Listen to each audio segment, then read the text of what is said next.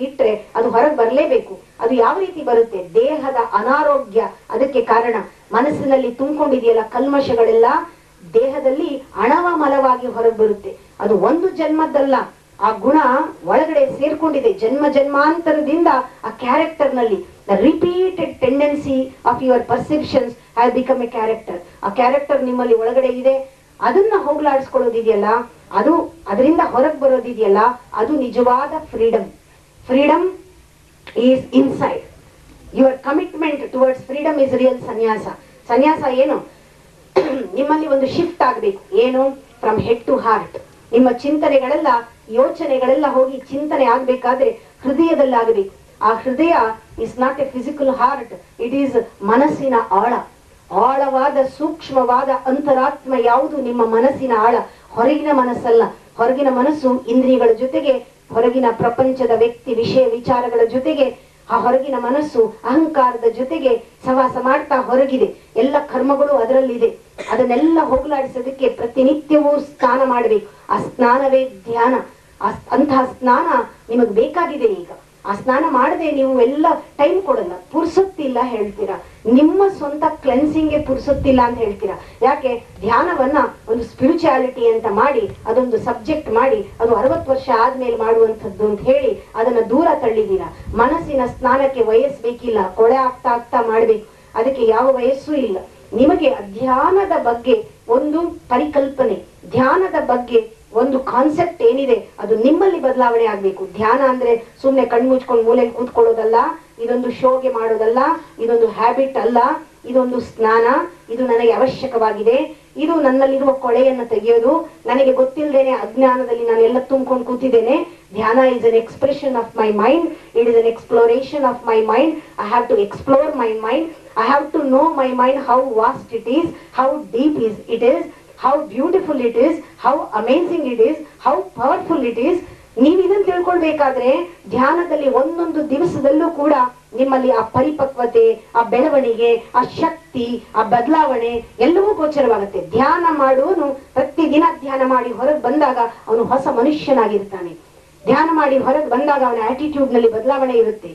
ಅವನ ಕರ್ಮಗಳು ಕಳೆದಿರುತ್ತೆ. ಅವನ ಹ್ಯಾಬಿಟ್ಗಳು ಎಷ್ಟೊಂದು ಬಿಟ್ಟಿರ್ತಾನೆ. ಅದಕ್ಕೆ ಹೇಳೋದು, ಧ್ಯಾನಕ್ಕೆ ಹೋಗುವ ಮುಂಚೆ you have to lose so many things. Your kind of thinking, analysing, thinking process ಇದೆಯಲ್ಲ, ಎಲ್ಲಕ್ಕೂ ಅನಲೈಸ್ ಮಾಡ್ತೀರಾ ಬುದ್ಧಿಯಿಂದ. ಎಲ್ಲ ಸರಿ ತಪ್ಪುಗಳನ್ನು ಹುಡುಕ್ತಾ ಕೂತಿರ್ತೀರಾ. ಅದಕ್ಕೆ ಮೀರಿದ್ದು ಧ್ಯಾನ, ದ್ವಂದ್ವಾತೀತವಾದದ್ದು. ಅದು ನನ್ನ ಅನುಭವ. ಇದನ್ನೆಲ್ಲ ಬಿಡಬೇಕು. Attitude of conquering, fighting, selfish attitude, self centred attitude, expecting, ಇದೆಲ್ಲ ಕೂಡ ನಮಗೆ ಗೊತ್ತಾಗತ್ತೆ ಇದರಲ್ಲಿ ಏನು ಇಲ್ಲ ಅಂತ. ನೀವು ಮಾಡುವ ಒಂದೊಂದು ಕೆಲಸದಲ್ಲಿ ಮನಸ್ಸು ಯಾಕೆ ಕೂತಿಲ್ಲ? ಆ ಮನಸ್ಸು ಪೂರ್ತಿ ಚಂಚಲವಾಗಿದೆ. ಆ ಚಂಚಲತೆಗೆ ಕಾರಣ ಏನು? ಆ ಫ್ಲಿಕರಿಂಗ್ ಮೈಂಡ್ಗೆ ಕಾರಣ ಏನು? ಮಾಡೋ ಕೆಲಸದಲ್ಲಿ ಇದು ಒಂದಾಗಿ ನಿಮ್ ಕೈನಲ್ಲಿ ಕೂರ್ಸಕ್ ಆಗ್ತಾ ಇಲ್ಲ. ಯಾತಕ್ಕೆ? ನಿಮಗೆ ಬುದ್ಧಿ ನೆಟ್ಟಿಗಿಲ್ಲ. ಆ ಬುದ್ಧಿ ಸೊಟ್ಟಿಗಿದೆ. ಅದನ್ನೇ ಹೇಳೋದು, ಬುದ್ಧಿ ಸೊಟ್ಟಿಗಿದೆ ಅಂದ್ರೆ ಏನು? ಯಾವತ್ತೂ ಆ ಬುದ್ಧಿ ಸಮತೋಲನದಲ್ಲಿ ಇಲ್ಲ. ಯಾವಾಗ್ಲೂ ಬೇಕೋ ಬೇಡವೋ, ಸರಿನೋ ತಪ್ಪೋ, ಹಾಗೋ ಹೀಗೋ, ಮಾಡ್ಲೋ ಬೇಡವೋ, ಕಾನ್ಫ್ಲಿಕ್ಟ್ ನಲ್ಲಿ ಇರೋದಕ್ಕೆ ಪೆಂಡುಲಮ್ ಅಂತ ಹೇಳ್ತಾರೆ. ಕಾನ್ಫ್ಲಿಕ್ಟ್ ಅಲ್ಲಿ ಇರೋ ಬುದ್ಧಿಯನ್ನ ಏನ್ ಹೇಳ್ತಾರೆ? ಸಮತೋಲನದಲ್ಲಿ ಇಲ್ಲದೆ ಇರೋ ಬುದ್ಧಿನ ಅದು ದ್ವಂದ್ವದಲ್ಲಿ ಅತ್ತ ಇತ್ತ ಅಂದತ್ತ ಈ ಉಯ್ಯಾಲೆ ಹಾಗೆ ನಿಮ್ಮ ಬುದ್ಧಿ ಓಡಾಡ್ತಾ ಇರೋದ್ರಿಂದ ನಿಮ್ಮ ಮನಸ್ಸು ಚಂಚಲವಾಗಿದೆ. ಅದರಿಂದ ಆ ಮನಸ್ಸನ್ನ ಒಂದ್ ಕಡೆ ಕೂಡ್ಸಕ್ ಆಗ್ತಿಲ್ಲ. ನೀವು ದೈಹಿಕವಾಗಿ ಇಂದ್ರಿಯಗಳಿಂದ ಮಾಡುವ ಕರ್ಮವೆಲ್ಲ ಕರ್ಮವಾಗ್ತಾ ಇದೆ. ಅದು ಪೂಜೆ ಆಗ್ತಾ ಇಲ್ಲ, ಪರಮಾತ್ಮನಿಗೆ ಸಮರ್ಪಣೆ ಆಗ್ತಾ ಇಲ್ಲ. ಮನಸ್ಸಿಲ್ಲದೆ ಇರುವಂತಹ ಕೆಲಸಗಳನ್ನ ಪರಮಾತ್ಮ ಒಪ್ಪುವುದಿಲ್ಲ. ಮನಸ್ಸನ್ನ ಪೂರ್ಣವಾಗಿ ಶರಣಾಗತಿ ಆಗಬೇಕು. ಮನಸ್ಸು ಒಂದಾಗಬೇಕು ಕರ್ಮದಲ್ಲಿ. ಹಾಗಾಗ್ತಾ ಇಲ್ಲ. ಅದಕ್ಕೆ ಕಾರಣ ಬುದ್ಧಿ ಜಾಸ್ತಿ ಆಗಿದೆ, ಬುದ್ಧಿ ಅಹಂಕಾರವಾಗಿದೆ, ಬುದ್ಧಿನಲ್ಲಿ ಮಾಯೆ ಇದೆ, ಬುದ್ಧಿ ಮಂದವಾಗಿದೆ, ಬುದ್ಧಿ ಅಹಂಕಾರವನ್ನು ರಕ್ಷಿಸ್ತಿದೆ.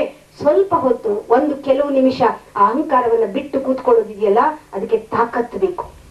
ಅದಕ್ಕೆ ಗೊತ್ತಾಗಬೇಕು. ಏನು ಗೊತ್ತಾಗಬೇಕು? ಜೀವನ ಒಂದು ನಾಟಕ ಅಂತ ಗೊತ್ತಾಗ್ಬೇಕು. ದೊಡ್ಡದಾಗಿ ಓದ್ತೀರಾ, ವಿಷಯಗಳನ್ನ ಕೇಳ್ತೀರಾ.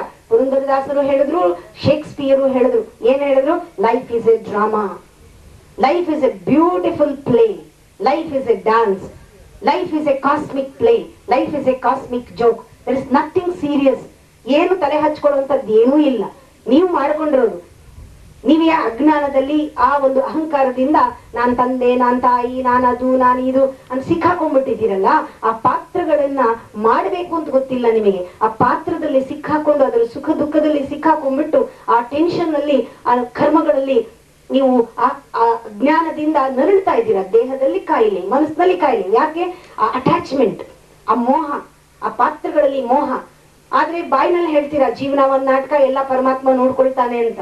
ಇದೆಲ್ಲ ಈ ರೀತಿ ಮಾತನಾಡುವುದಿದೆಯಲ್ಲ, ಅದು ಜಾಣತನದಿಂದ ಬಂದಿರೋ ಮಾತುಗಳು. ಎಲ್ಲ ಕರ್ಮ, ನಾವೇನ್ ಮಾಡಕ್ಕಾಗುತ್ತೆ, ನಮ್ ಕೈನಲ್ಲಿ ಏನಿಲ್ಲ, ಎಲ್ಲ ಪರಮಾತ್ಮ ನೋಡ್ಕೊಳ್ತಾನೆ, ನಾನೆಲ್ಲ ಬಿಟ್ಬಿಟ್ಟಿದ್ದೀನಿ. ಬಿಟ್ಬಿಟ್ಟ ಮೇಲೆ ಯಾಕೆ ಕಾಯಿಲೆ ಬಂದಿದೆ? ಸುಳ್ಳು ಅದು. ನೀವು ಪರಮಾತ್ಮನನ್ನ ನಂಬಿಲ್ಲ. ಇದು ನಿಮಗೆ ನೀವು ಮಾಡ್ಕೊಳ್ತಾ ಇರೋ ಮೋಸ.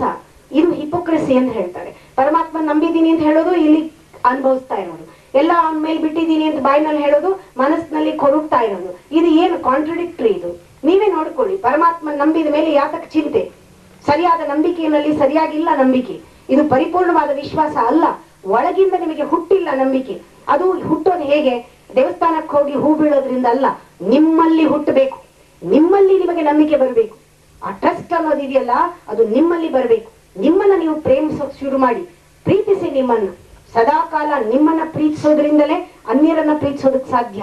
Love your self, trust your self, respect your self, see your self, that divinity inside. ಎಲ್ಲವೂ ನಿಮ್ಮಲ್ಲ ಆಗೋದು. ಇನ್ ಮಿಕ್ಕಿದ್ದೆಲ್ಲ ಹೊರಗಡೆ ಅದರ ಎಕ್ಸ್ಪ್ರೆಷನ್ ಆಗೋದು. ನಿಮ್ಮನ್ನ ನೀವು ಅರ್ಥ ಮಾಡ್ಕೊಳ್ಳೋದಿದೆಯಲ್ಲ. ಅದಕ್ಕೆ ನಾನು ಯಾವತ್ತೂ ಹೇಳೋದು, don't follow anybody, follow yourself. Listen to your own voice inside, whisper inside, have an insight. Whatever comes to you deep inside, you follow that voice. ಬೇರೆಯವ್ರು ಯಾರ ಮಾತು ಕೇಳೋದು ಬೇಕಿಲ್ಲ. ನಿಮ್ಮ ಮಾತನ್ನ ನೀವು ಕೇಳಿ. ಒಳಗಡೆ ಪರಮಾತ್ಮ ಮಾತಾಡ್ತಿದ್ದಾನೆ. ಅದಕ್ಕೆ ಏನ್ ಮಾಡ್ಬೇಕು? ಸ್ವಲ್ಪ ಹೊತ್ತು ಸೈಲೆಂಟ್ ಆಗಿರೋದು ಕಲಿಬೇಕು. ಒಳಗಡೆ ಏನ್ ನಡೀತಾ ಇದೆ ಕಾಣಕ್ಕೆ ಸ್ವಲ್ಪ ಸೈಲೆಂಟ್ ಆಗಿ ನಿಮ್ಮನ್ನ ನೀವು ಗಮನಿಸೋದನ್ನ ಕಲಿಬೇಕು. ಪ್ರಾರಂಭವಾಗುವುದೇ ಧ್ಯಾನ, ಆರೋಗ್ಯ ಎಲ್ಲವೂ ನಿಮ್ಮನ್ನ ಗಮನಿಸೋದ್ರಿಂದ. ಇದುವರೆಗೂ ಬೇರೆಯವ್ರು ನಿಮ್ಮನ್ನ ಗಮನಿಸ್ತಾ ಇದ್ರು, ನೀವು ಅದಕ್ಕೆ ಸರಿಯಾಗಿ ನಾಟಕ ಮಾಡ್ತಾ ಇದ್ದೀರಾ. ಬೇರೆಯವ್ರು ಏನ್ ಅನ್ಕೊಂಡ್ಬಿಡ್ತಾರೋ, ಬೇರೆಯವ್ರು ಏನ್ ತಿಳ್ಕೊಂಡ್ಬಿಡ್ತಾರೋ, ಇದೇ ಕರ್ಮ. ಇದೇ ಜೀವನದಲ್ಲಿ ಎಲ್ಲರನ್ನೂ ಹಾಳು ಮಾಡ್ತಾ ಇರೋದು. ಬೇರೆಯವರಿಂದ ನೀವು ಸರ್ಟಿಫಿಕೇಟ್ ತಗೊಳ್ಬೇಕು. ಪ್ರಪಂಚದಿಂದ ಸರ್ಟಿಫಿಕೇಟ್, ಸಮಾಜದಿಂದ ಸರ್ಟಿಫಿಕೇಟ್, ಅಣ್ಣನಿಂದ ಸರ್ಟಿಫಿಕೇಟ್, ಗಂಡನಿಂದ ಸರ್ಟಿಫಿಕೇಟ್, ಎಲ್ಲರೂ ನಿಮ್ಮನ್ನ ಬೇಷ್ ಅನ್ಬೇಕು. ಯಾರಾದ್ರೂ ಏನಾದ್ರೆ ನಿಮಗೆ ಬೇಜಾರಾಗುತ್ತೆ. ಯಾತಕ್ಕೆ? ಬೇರೆಯವರು ದಡ್ರು ಅಂದ್ರೂ ಕೂಡ ತಗೊಳ್ಳುವಂತ ತಾಕತ್ ಬೇಕು. ಸತ್ಯಕ್ಕೆ ಇದೆಲ್ಲ ಏನು ಬೇಕಿಲ್ಲ. ಸತ್ಯ ಒಳ್ಳೆದನ್ನ ಕೆಟ್ಟದನ್ನ ಮೀರಿ ಹೋಗೋದು. ನೀವು ಒಂದು ಛಲವನ್ನ ಇಟ್ಕೋಬೇಕು. ಅದಕ್ಕೆ ಹೇಳೋದು ಸನ್ಯಾಸ is a commitment ಅಂತ. ಸನ್ಯಾಸ is declaration of freedom inside. ಸನ್ಯಾಸ is not a cult or a creed or a bondage. ಸನ್ಯಾಸಿ ಅಂದ್ರೆ ಮನೆ ಬಿಡಬೇಕಾಗಿಲ್ಲ. ಮನಸ್ಸಲ್ಲೆಲ್ಲ ದುಗುಡ ಇಟ್ಕೊಂಡು ಮನೆ ಬಿಟ್ರೆ ಏನ್ ಸಿಗುತ್ತೆ? ಸಂಸಾರ ಬಿಟ್ರೆ ಏನ್ ಸಿಗುತ್ತೆ? ವ್ಯವಹಾರ ಬಿಟ್ರೆ ಏನ್ ಸಿಗುತ್ತೆ? ವ್ಯಾಪಾರ, ವ್ಯವಹಾರ, ಸಂಸಾರ is for your evolution. Nature has totally, nature has created to prevent the ಬಂಧನ. ನಿಮ್ಮಲ್ಲಿ ಆ ಬಂಧನವನ್ನ ಪ್ರಿವೆಂಟ್ ಮಾಡೋದಕ್ಕೆ ನೇಚರೇ ಸೃಷ್ಟಿ ಮಾಡಿದೆ ಕರ್ಮಯೋಗವನ್ನ.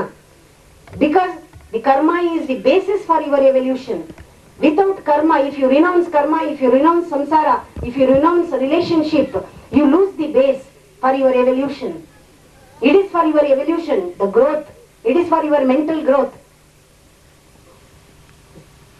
ಕರ್ಮ is not cause for your bondage. You have to create karma so that the result should not affect you. ಕರ್ಮವನ್ನ ಜಾಣತನವಾಗಿ ವಿವೇಕದಿಂದ ಕರ್ಮ ಮಾಡುವಾಗ ಇದು usefulness and uselessness of your desires ನೋಡ್ಕೊಂಡು ಕರ್ಮವನ್ನ ಮಾಡುವುದಿದೆಯಲ್ಲ. ಅದಕ್ಕಾಗಿ ಮನುಷ್ಯನನ್ನ ನಾವು ಶ್ರೇಷ್ಠ ಅಂತ ಕರೀತೇವೆ. ಪ್ರಾಣಿ ಅಲ್ಲ ನೀನು, ಶ್ರೇಷ್ಠ ಪುರುಷೋತ್ತಮ ನೀನು. ನಿನಗೆ ಚಿಂತನೆ ಮಾಡುವ ಶಕ್ತಿ ಇದೆ. ಚಿಂತನೆ ಮಾಡುವುದು ಪರಮಾತ್ಮನ ಚಿಂತನೆ. ಆಮೇಲೆ ಮೊದಲು ನೀನು ಅದಕ್ಕೆ ಯೋಗ್ಯತೆಯನ್ನ ಪಡ್ಕೋ. ಆತ್ಮಚಿಂತನೆಯನ್ನ ಮಾಡು. ನೀನ್ ಯಾರು ಅಂತ ನಿನಗೆ ನೆನಪಾಗಲಿ. ಆಮೇಲೆ ನಾರಾಯಣ ಕೃಷ್ಣ ಹೆಲ್ಪ್ ಆಗೋದು. ಅಲ್ಲಿವರೆಗೂ ಯಾವ ಮಂತ್ರವು, ಯಾವ ಗುರುವು, ಯಾವ ದೇವಸ್ಥಾನವು ನಿಮ್ಮ ಮೇಲೆ ಪರಿಣಾಮವನ್ನ ಬೀರುವುದಿಲ್ಲ. ನೀವು ಅದಕ್ಕೆ ಯೋಗ್ಯರಾಗಬೇಕು. You seek for God, you search for God without ever bothering about the ಯೋಗ್ಯತೆ to receive him when he comes. You have to receive the receptivity, the very receptivity, the very reciprocation. God is going to happen to you. ಪರಮಾತ್ಮ ಅನ್ನೋದು ಹೊರಗಡೆಯಿಂದ ಬಂದು ದರ್ಶನ ಕೊಡುವುದಿಲ್ಲ. ನಿಮ್ಮಲ್ಲಿ ಆರೋಗ್ಯದ ದರ್ಶನವಾಗುತ್ತಲ್ಲ, that is happening of good health is Paramatma. Happening of peace inside is Paramatma. Happening of love inside is Paramatma. Paramatma is a happy